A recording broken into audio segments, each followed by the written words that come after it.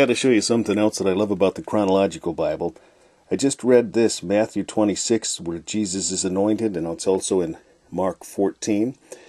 Now, I always thought that this was the same when I read, the different passages here. I always thought it was the same as what we read previously in it's actually 934 of the Chronological Bible. I accidentally wrote 7. See, I did that for a bunch of them. I had to change the 7 into a 9. Okay, well, anyway. 934 of the Chronological Bible in John 12, where it said that there they made him a supper, and Martha served, but Lazarus was one of them that sat at the table with him. Mary took a pound of ointment of spikenard, very costly. And then look, Judas said, "Why was not this ointment sold for 300 pence and given to the poor?" Now look at in Mark, it's also mentioned about 300 pence. See in verse 5, "For it might have been sold for more than 300 pence and have been given to the poor." But here that mentions they murmured against her.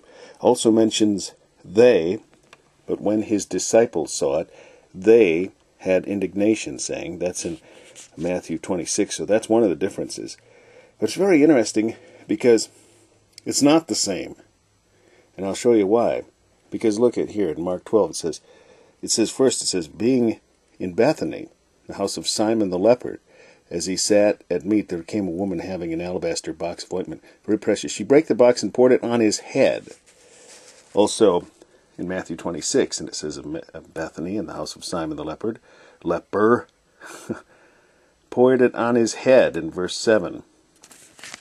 Back in John chapter 12, Mary took a pound of ointment of spikenard, very costly, and anointed the feet of Jesus.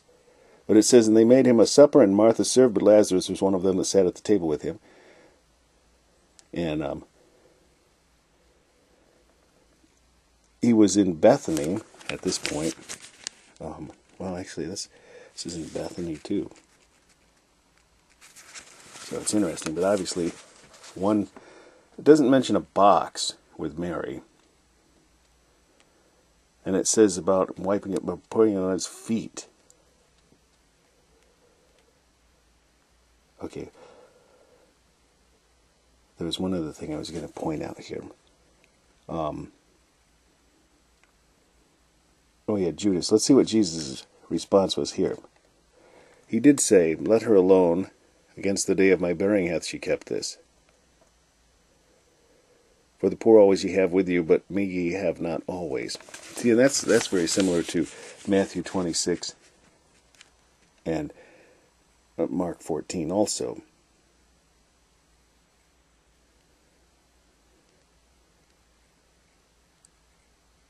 But here it says the disciples. So what it makes me wonder is, maybe some of the disciples heard what Judas said during the first go-round, but didn't hear Jesus' reply. Wasn't listening to him, and then came another opportunity where the Lord caused them to judge themselves with their comments in proof that they weren't listening to what Christ had said the first time. So here Christ reiterates. It's also interesting because, see, Matthew 26 is very close to the end of Matthew, the entire book, because it goes to 28. Mark is very close to the end of Mark. There's only 16 chapters there. John 12 is still a ways to go before the end of that book. Oops, and I've done lost a page. But John 12 it was. And there's, of course, 21 chapters in John. Okay, well, speaking of Judas, sometime back we're going to be reading part 954 next.